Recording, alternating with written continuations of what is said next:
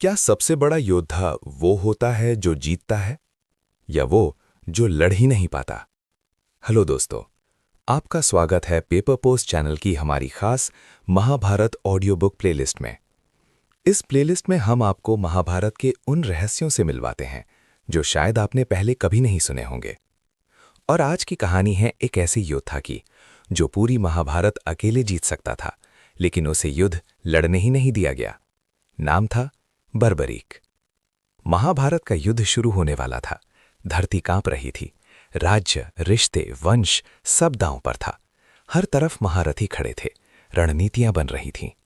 लेकिन रणभूमि से दूर एक ऐसा योद्धा था जिसके कदम बढ़ते ही युद्ध का परिणाम तय हो जाता। वो था बर्बरीक। वो वीर था, लेकिन उसके भीतर दया भी उतनी ही गहरी थी। वो अन्याय देख नहीं सकता था, इसलिए उसने प्रण लिया, मैं हमेशा कमजोर पक्ष का साथ दूंगा। सुनने में ये धर्म लगता है, लेकिन युद्ध में कमजोर कौन होता है?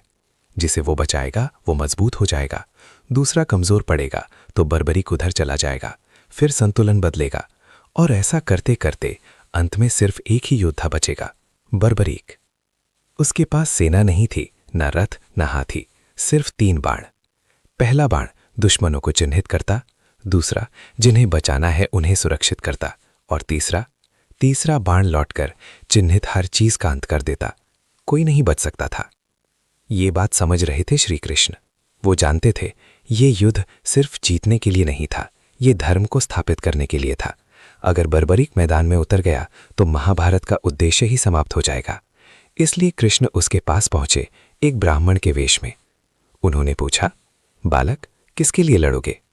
बर्बरीक ने सिर झुकाकर कहा, जो हार रहा होगा। कृष्ण ने अगला प्रश्न किया, तुम्हारी शक्ति क्या है? बर्बरीक मुस्कुराया। उसने एक बाण उठाया और कुछ ही क्षणों में पूरा युद्ध क्षेत्र उसकी पकड़ में था। हवा थम गई। कृष्ण समझ गए, ये बालक अगर लड़ा तो विनाश निश्चित है। अब समय था सबसे बड़ी भिक्षा मांगने का। कृष्ण बोले, यदि दानवीर हो तो मुझे अपना शीश दे दो। एक पल के लिए संसार रुक गया। युद्ध लड़ने आया योद्धा और उससे उसका सिर मांगा जा रहा था। लेकिन बर्बरीक ने प्रश्न नहीं किया। वचन उसके लिए जीवन से भी बड़ा था। वो मुस्कुराया और अपना शीश अर्पित कर दिया। कृष्ण ने उसका सिर एक ऊंची पहाड़ी पर स्थापित किया ताकि वो पूरा युद्ध देख सके। वो लड़ा नहीं, लेकिन उसने सब देखा, रणनीति, वीरता, छल, बलिदान और अंत। जब युद्ध समाप्त हुआ, कृष्ण ने उससे पूछा, बताओ सबसे बड़ा योद्धा कौन था? बर्बरीक ने उत्तर दिया, मैंने जहां भी देखा वहां आप थे। वो जीत सकता था, लेकिन उसे देखने के लिए चुना गया, क्योंकि कभी कभी सबसे बड़ी शक्ति तलवार उठाने में नहीं, उसे त्याग देने में होती है। दोस्तों, अब आप बताइए, क्या बर्बरीक को रोका गया या उसे सबसे ऊंचा स्थान दिया गया? अपनी राय कमेंट में जरूर लिखें। अगर आपको महाभारत की ऐसी अनसुनी और अद्भुत कहानियां सुनना पसंद है तो हमारे चैनल पेपर पोस्ट को सब्सक्राइब करें, वीडियो को लाइक करें, अपने दोस्तों के साथ शेयर करें। हम फिर मिलेंगे एक नई कहानी के साथ। धन्यवाद।